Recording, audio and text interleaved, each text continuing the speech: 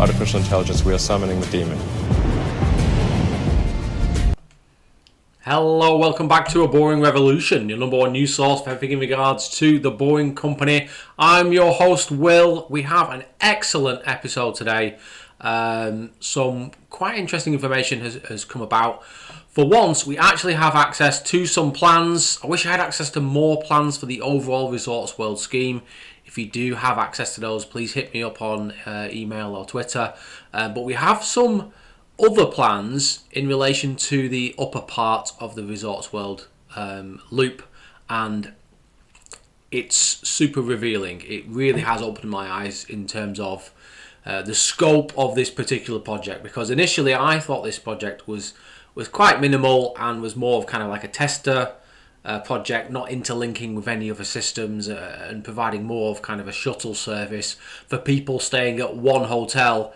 It's going to be a lot more than that. We're talking 2, maybe 3 other hotels, multiple tunnels, multiple underground stations and turnaround areas, quite considerable amounts of work required for Proof and the construction team. So let's have a look at those plans, because it really has opened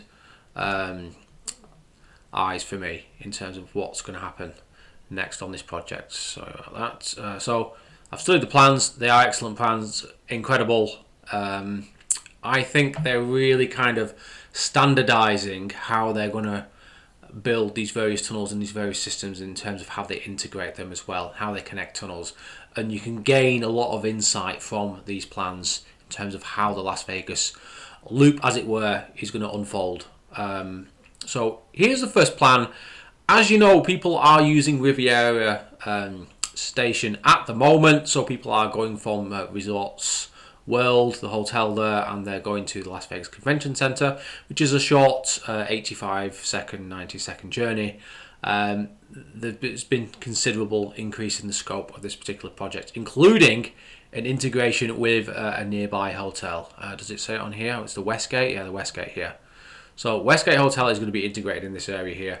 Now, it is a little bit overwhelming when you see all these colours and various lines and arrows pointing to things with various descriptions. It is a bit overwhelming at first, but let me kind of elaborate what's going on here. So, as you can see, this is a new tunnel going up to the Westgate Hotel. That has not been built yet. I have no idea when that's going to start, or where they're going to start it, whether they're going to start it in this area here or maybe up at the Westgate. What we do know is that there's going to be a considerable expansion up here at the Riviera surface station, where we've got a bit of a turnaround here and multiple vehicle parking bays, which is kind of what we've been expecting based on other projects the Boring Company have completed. It's a bit of a turnaround. It's also areas where cars can park and passengers can load and unload vehicles. And the ramp is in around about the same place that it is currently, as far as I'm aware. What we see now is we have our launch. Let me clear that. We have our launch pit here for our stage 2 of the Resorts World project. And then there's all these integrations here. So we've got a new tunnel here integrating into what looks like some kind of roundabout vehicle turnaround area, possibly a vehicle storage area as well. It doesn't appear that passengers go down here. I'll show you in a further construction drawing what this is going to look like. But this is all subgrade. So all this area here, this strange shaped thing here, is underground. What that allows for is vehicles to come in from the Westgate, turn around and then go up here, or potentially just pass through. And it also allows vehicles that are heading potentially in other directions. It's difficult to say really how this is going to operate, because at the moment obviously vehicles have to go down here, but I think in the long term they will scrap that and they will just have it running in one direction, because that's the safest way of doing this basically. And you'll see vehicles heading up in an anti-clockwise manner. All this is super interesting. This is all considerable cost as well, because this is going to be a below ground excavation.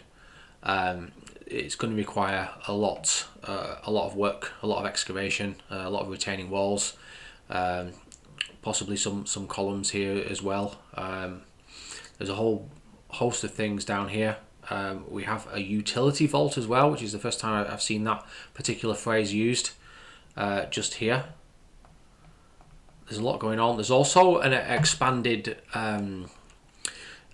design for the ventilation exhaust fans, and that I find very, very interesting, because in particular they need to standardize that design, increase the production of those particular units, thus reducing cost and reducing the complexity of installing those units on site, and reducing the amount of time they spend installing those. So that's all good news. So let's just have a look. So here's another drawing. As you can see, I'm calling this the roundabout shaft, but there might be multiple uses for this. It might also be a means of escaping in the event of some kind of incident underground. As you can see, there's a stairway here. Here is our access tunnel from the Westgate Casino Hotel. How vehicles would get back to the Westgate Casino Hotel, I'm imagining, would use the same tunnel, but I could be wrong. There could be another tunnel somewhere else in the system that links back up. But as of now, that's what I'm assuming. I've made a lot of assumptions on this job, and to be frank with you, I've got a few wrong calls on this one. But as drawings flow in, it becomes a lot easier to understand. Once I have access to those drawings, I don't have to make as many assumptions for you guys, and so I get things right. So it looks like vehicles are going to be turning around in this area as such. And then you've also got vehicles coming here from the West Station at the Las Vegas Casino, Las Vegas Convention Center. The top part of this diagram, I've just had to stick it up here in a slightly smaller format. We have our utility vault here. They're also constructing a utility vault down near the actual convention center, and I'll show you what that's going to look like. So all in all, this all looks very good. There's certainly a considerable expense in building this, but it is worth it in terms of the additional capacity that you can push through this particular layout. Okay, so here's another drawing. It's looking at the ventilation system that's going to be installed. Again, they've prefabricated this ventilation system. It looks like it's going to be prefabricated in a factory, and then it's simply dropped in and bolted on to an existing structure here, possibly with some existing walls prefabricated prior to it being dropped on top of the actual tunnel lining, which is protruding from the ground because they've used porpoising. And again, that just takes advantage of that particular construction methodology, which is great. It seems they've redesigned that ventilation system to be much more powerful, much more efficient, and that should help reduce noise pollution as well, which was a problem they were having previously at the original project at the convention centre there. And hopefully they can use a smaller electrical motor than they have previously used, because it was getting considerably expensive. Not much else to say on this particular drawing. I anticipate that this design here, that we're going to look at more closely in a moment, is going to be standardized on all the projects, at least in Nevada, if not everywhere. I'm very confident that we'll see this in the new project in Austin, Texas as well. Okay, so here is a kind of a cross-sectional view of this particular design. Everything about this design I like very much. I like how it's set out. I like the size of it. I like how they've integrated things like this roll down gate here. We can see the exhaust fan nozzle here. Also, there's a new term that I'm not familiar with, but I am now very much going to be using: transitional ramp. So you might start with a ramp here that's a 1 in, let's say, 1 in 20 gradient, and then that goes to a 1 in 10, maybe 1 in 8 gradient, something like that, maybe even a 1 in 5 gradient. But that enables vehicles to enter the system at high speed. Otherwise, you're going to get potentially some impacts on the suspension. all in all, looks very good, very standardized. Simply bring it in on the back of a flatbed truck and then you drop it down on site. Okay, so there has been a few things going on at the Resorts World construction project, and I'll just explain those now. So as you can see, there's been considerable work being undertaken at this excavation here, and there's something very key that I've learned from this. That I initially made an assumption that the TBM had been removed from the excavation, just because the timestamps of the various pictures that I was looking at, there were those gaps there. But I now strongly believe that the proof rock is somewhere over here.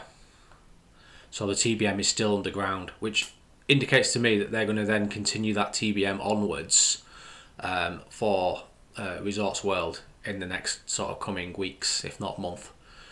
What's been going on down here in this excavation? We have our kind of utility room here, which we've seen on the plans that we were just looking at. That's interesting. They've poured the slab to the base of this excavation. They've installed these props here, which helps support our precast concrete retaining walls, which is a system that I really like. And they're beginning to construct the beams and columns here for the actual surface slab, which I assume will be a precast system, although they may pour it in situ. Once they've set all the beams out and they've kind of propped all these various segments up, they will then infill this area here, and then they can remove the soldier piles and all this lagging around the outside. But that's only once they've properly finished all this area here. This is going to be a ramp here, and then there's also going to be a means of kind of going straight on as well, I presume.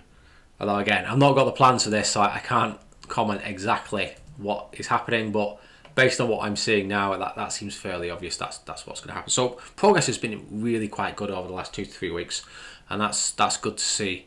Whoever's running this site for the Boeing company seems to be doing a tremendous job. Right, what else have we got? So this is kind of a better picture that I like looking at. You can see our props here as well. Not much else to say. It looks like they're pouring a retaining wall in this area here. That'll be poured in situ. As you can see, the rebar has already been set out for that. But there's still a lot of work to do prior to them pouring that out. They've still got to set out the formwork as well, and then they've got to trim the rebar in this area, which should be a fairly standardised job. I can't see that taking them too long. So what have I kind of learned from this? Well, there's very, very high likelihood that this system may now, despite me thinking otherwise, fully integrate into the actual overall Las Vegas loop. So there won't be 3 separate systems. There won't even be 2 separate systems. There'll just be one system. However, for now, I'm going to assume that this is just, there are 2 systems. There is essentially the Las Vegas Convention Center loop integrated with the Resorts World loop and the Westgate loop, and potentially maybe the Encore Casino loop. And then you have the overall kind of Las Vegas loop, which is all the other casinos going down the strip. But it would not surprise me now that they start integrating all these, because these kind of setups that they're building here underground would facilitate more vehicles going through the system, potentially more than 6,000 to 7,000 per hour in this particular area. So that's a key point there, in this particular area. Obviously in other areas with longer, straighter sections and larger gaps in between stations, you could potentially do a lot more than that. What else has been going on in terms of the news? Well, it's happening, guys. Giga Texas Tunnel is being proposed after all the kind of delays and various other projects that potentially could have happened in other places. Although the Kyle underpass is still going ahead, but there's all sorts of potential projects in San Antonio and various other places along that route, in Austin itself. This is the one that's going to get built first or second, I potentially think. So Elon Musk Boeing Company has applied to dig a tunnel under the Tesla Texas Giga factory in Austin. It's a bit of a word soup, but it's unclear what they plan to do with it. I speculate that this will be linking that kind of small private airport that is being built, theoretically. I don't actually know where that is, but I'm guessing it kind of goes in the same direction. Linking that to the Gigafactory, and maybe when Elon Musk flies in, he's got like direct access. You know, it only takes him 4 minutes to get there rather than half an hour. Otherwise, it might just be a test tunnel. Potentially, it could be used for employees to get in and out of the site without going along the various motorways in that area. I had a look at the application form, the kind of details. It doesn't say very much in there. It says it's 2 miles long though, so that seems quite considerable. Unless it's a dual bore tunnel, maybe they're classifying it as 1 mile one way and 1 mile the other way. I'm not too sure. But overall, this is great news, and we are looking forward to this particular project. I'll add that to the quarterly report as well. So it's going to be called the Colorado River Connector Tunnel. So if you start hearing me saying CRCT, that's what it is in short term. But let's call it the Colorado River Tunnel. So that's all. Lots of stuff going on. Exciting times. Things are progressing. As you can see, the Boeing company has not gone bankrupt. The Boeing company is thriving. All those people out there saying it's going to go bankrupt are talking absolute garbage. So everything's going very, very well. Lots of projects being proposed. Lots of new plans to discuss. Everything's exciting. No negative news here. All good stuff. Consider following me on the following social media accounts. Also, thank you to all these amazing people that are supporting me. And yeah, I think we will finish on that one. Remember, guys, don't be boring. Hope you're having a lovely day, and I will see you on the next one. Take care and good night.